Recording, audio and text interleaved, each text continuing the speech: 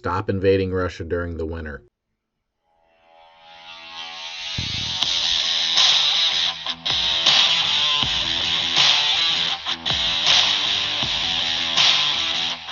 Napoleon, directed by Ridley Scott and starring Joaquin Phoenix and Vanessa Kirby, is a look at the military commander's origins and his swift, ruthless climb to emperor, viewed through the prism of his addictive and often volatile relationship with his wife and one true love, Josephine.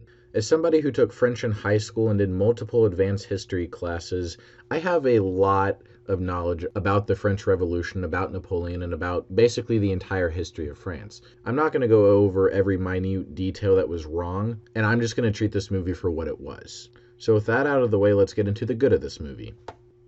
I think for the most part, every single performance in this movie is pretty good. Joaquin Phoenix is obviously a standout. He's won an Oscar at this point. He's been a phenomenal for about 2 decades now. But I don't know if he's going to get any Oscar nominations for this performance. He was just fine. He was just standard Joaquin Phoenix. You know what you're going to get. Vanessa Kirby, on the other hand, is somebody who might get an Oscar nomination. I don't know if she'd win anything, but she was really the ground of this movie. And you saw a lot of their relationship kind of through her eyes, because you saw how egotistical he came off as, and you saw some of the troubles that she went through.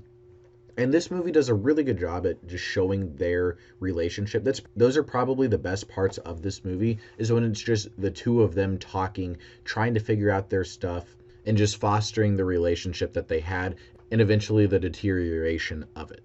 As I mentioned, this movie is directed by Ridley Scott. It's a timepiece by him, and it's shot very well. Ridley Scott knows how to set the tone, set the vibe of what he's going for. He did it in Gladiator. He really did it in Last Duel.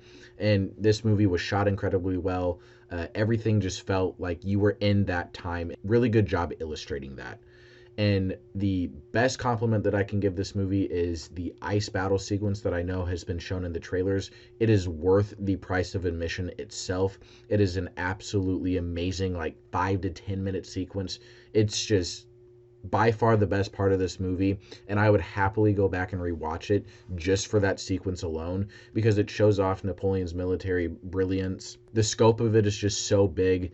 Again, it's really just an absolutely phenomenal set piece. Now let's get into the negatives of this movie, which unfortunately there are a few of. In a lot of ways, while it does show how egotistical Napoleon was, it kind of glorifies him in a lot of ways, especially how loved he was by his troops, which is 100% true. He definitely was. But it tries to preach the message to you like Napoleon was some sort of really good guy up until the ending credits. Up until the end, where it shows the death count of his troops in every single major battle that he was in.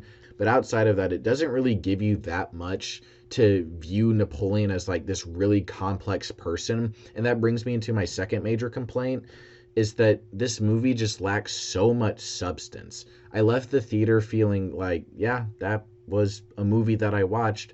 It's a good thing that you can just turn your mind off for 2.5 hours and watch and be pretty comfortable while watching it.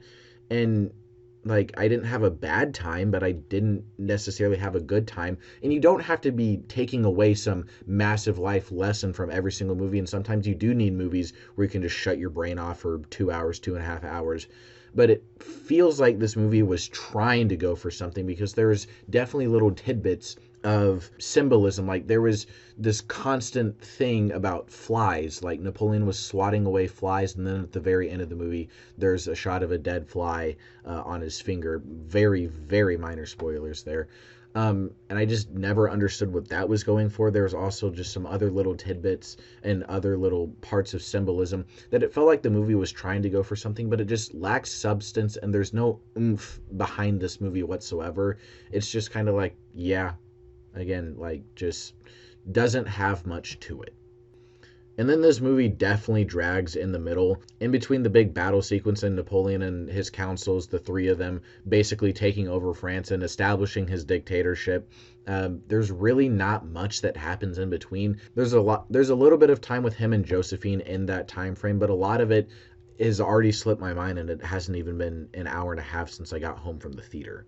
So there's a lot of pointless stuff in the middle of this movie that really made it drag. It definitely could have been 14 or 15 minutes shorter. It was a 2 hour, 38-minute long movie. It definitely could have been brought down to about 2:15, maybe even 2 hours if they wanted to. But I don't really have too much else to add about this movie.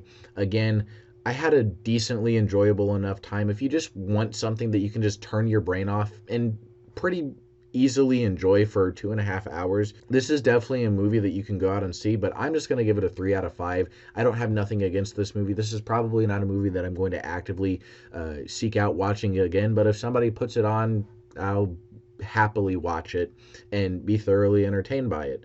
It's kind of like a junk food movie. There's not really much to it, but it's a good time. So I don't really have too much else to add. Make sure to like, comment, subscribe. Let me know what you thought of Napoleon down in the comments below, and we will see you in the next movie review.